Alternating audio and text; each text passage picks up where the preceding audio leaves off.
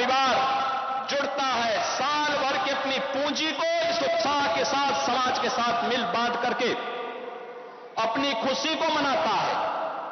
कोई हिंदू, कोई सनातन धर्मावलंबी भेदभाव नहीं करता किसी के साथ, कोई भी उसके साथ मिलकर के पर्व और त्योहार मना सकता है, कोई दिक्कत नहीं। लेकिन पर्व और त्योहारों में व्यवधान,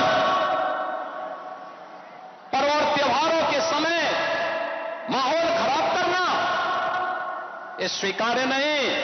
और मैं फिर कहूंगा कि अगर किसी ने सड़कों पर प्रदर्शन करके उपद्रव करने का दुस्साहस किया, और मैं ये भी कहूंगा उनको, उन चेतावनी दे रहा हूं उन लोगों को जो कायरों की तरह, बुज़दिलों की तरह बच्चों और महिलाओं को आगे करने का काम कर रहे हैं, याद रखना इसकी भारी कीमत चुकानी पड़ेगी उनको, अगर उन्होंने किसी भी पर्व और त्योहार में व्यवधान डालने का काम किया तो। एक और डबल इंजन की सरकार विकास करा रही है। आपने देखा होगा मंच पर भी हमने हर जाति, हर समुदाय के लोगों को यहां पर सरकार की कल्याणकारी योजनाओं के साथ जोड़ने का काम किया है। कोई भेदभाव नहीं किया, कोई भेदभाव नहीं किया। अनुसूचित जाति के भी थे, पिछड़ी जाति के भी थे, ब्राह्मण भी थे। हर एक को सुविधा मिलनी चाहिए, सम्मान मिलना चाहिए, संरक्षण मिलना चाहिए। अगर गरीब है तो सरकार का संसाधन का पूरा लाभ उसको प्राप्त होना चाहिए। और मुस्लिम भी थे, कोई भेदभाव तो नहीं किया। सबका साथ और सबके विकास के साथ सरकार कार्य कर रही है। सड़क बन रही है, श्रावस्ती में एयरपोर्ट बन रहा है। अब याद करिए, इतना बड़ा एयरपोर्ट, आने वाले समय में बड़े बड़े जहाज श्रावस्ती में उतरेंगे तो देश और दुनिया का टूरिस्ट यहां पे आएगा, विकास श्रावस्ती का होगा। लेकिन कुछ लोगों को विकास अच्छा नहीं लगता, कुछ लोगों को विकास अच्छा नहीं लगता। वे लोग तालिबानी व्यवस्था पे विश्वास करते हैं। वे लोग आज भी दारुल इस्लाम में विश्वास करते हैं। आज भी मैं उनसे कहना चाहता हूं कि तालिबानी व्यवस्था और यह दारुल इस्लाम की उनकी मंशा उनको जन्नत में भी पूरी नहीं होने वाली है, जहन्नुम में उससे पहले उनको जाना पड़ेगा। भूल गए लोग, ये नया उत्तर प्रदेश है, नया भारत का उत्तर प्रदेश। अगर यह विकास कराना जानता है, अगर यह सबका साथ और सबके विकास के कार्यक्रमों को प्रभावी ढंग से आगे बढ़ाना जानता है, बिना भेदभाव के योजनाओं का लाभ हर तबके को देना जानता है, तो उपद्रवियों से और माफिया तत्वों से सख्ती से निपटना भी जानता है। वह समय गया दूर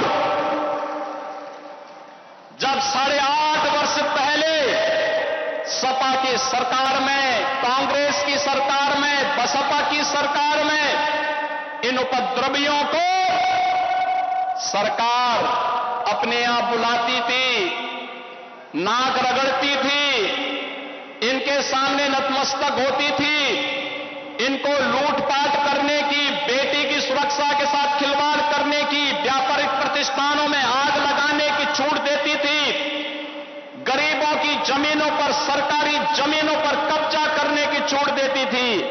अब ये डबल इंजन की सरकार है, अराजकता बर्दाश्त नहीं करती, और अगर किसी ने अराजकता करने का दुस्साहस किया तो उसकी छाती पर बुलडोजर चलाना भी जानती है, वह भी जानती है। और इसीलिए बहनों और भाइयों, विकास की इस योजना के साथ हमें बढ़ना होगा। और मुझे प्रसन्नता है, मुझे बहुत प्रसन्नता है, श्रावस्ती ने विकास के इन प्रतिमानों को आगे बढ़ाया है।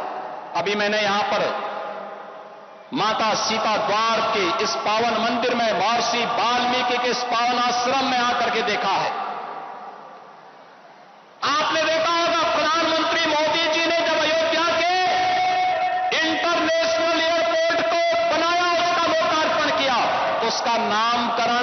महर्षि वाल्मीकि के नाम पर ही किया है, क्योंकि महर्षि वाल्मीकि हमारी आस्था के प्रतीक हैं। हमारी आस्था है महर्षि वाल्मीकि में। पहला संस्कृत का मौलिक ग्रंथ रामायण के रूप में दुनिया का सबसे बड़ा महाकाव्य महर्षि वाल्मीकि ने हम सबको दिया है, जो इस लोक में भी और परलोक में भी हमारे आगे बढ़ने का मार्ग प्रशस्त करता है।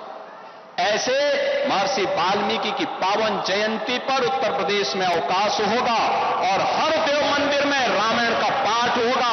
ये सरकार वहां पर आयोजित करने के लिए पूरी सुविधा भी उपलब्ध करवाएगी। बहनों और भाइयों,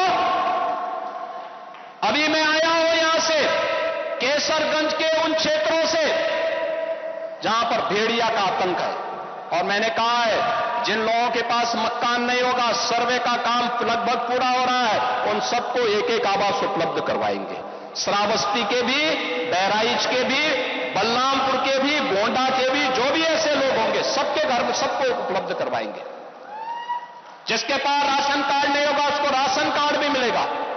जिसके पास उपचार के लिए सुविधा नहीं उसको आयुष्मान कार्ड या मुख्यमंत्री राहत कोष से हम पैसा देंगे। राम फेरन जी जितना नाम देते हैं सबको हम पैसा देते हैं। सैकड़ों करोड़ तो इन्होंने केवल मुख्यमंत्री कोष से ही उपचार के लिए यहां श्रावस्ती के नागरिकों को उपलब्ध करवाया है। श्रावस्ती से हमने फ्लाइट चलाई थी तो राम फेरन जी ने यहां से तमाम कार्यकर्ताओं को उस यात्रा में अपने साथ सहभागी बना करके वायु दर्शन भी कराया था, कैसे हवा में उड़ा जाता है यह भी देखने को हमने देखा है। और इसलिए बहनों और भाइयों, आप चिंता मत करिए, ये डबल इंजन की सरकार विरासत का सम्मान भी करेगी, विकास भी कराएगी, आपका सुरक्षा भी करने के लिए प्रतिबद्ध है। आपके सम्मान के लिए, आने वाली पीढ़ी के लिए विकसित उत्तर प्रदेश के एक नए अभियान के साथ आगे बढ़ी है।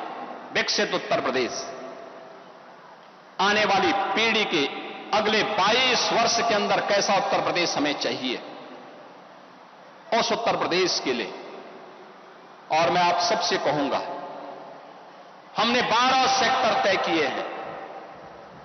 शिक्षा, स्वास्थ्य, कृषि और जल संसाधन, रोजगार और स्किल मिशन, इंफ्रास्ट्रक्चर, इन्वेस्टमेंट, शहरीकरण, पर्यटन, इमर्जिंग टेक्नोलॉजी, इन सभी 12 सेक्टर को लेकर के हम लोगों ने इस अभियान को आगे बढ़ाया है। इससे संबंधित साहित्य हर ग्राम पंचायत को उपलब्ध करवाया है। कल मैंने ग्राम प्रधानों के साथ संवाद किया था। बहराइच के भी एक ग्राम प्रधान से मैंने, श्रावस्ती के भी एक ग्राम प्रधान जी के साथ मैंने संवाद किया था। और बहनों और भाइयों, मुझे अच्छा लगा, बहुत अच्छी बात उन्होंने कही। विकास की एक सकारात्मक सोच के साथ हमारी ग्राम पंचायतें आगे बढ़ रही हैं। मेरा मानना है ग्राम पंचायत आत्मनिर्भर होगी, नगर पंचायत आत्मनिर्भर होगी तो उत्तर प्रदेश को कोई आत्मनिर्भर होने से रोक नहीं सकता। और उत्तर प्रदेश आत्मनिर्भर होगा तो विकसित भी होगा।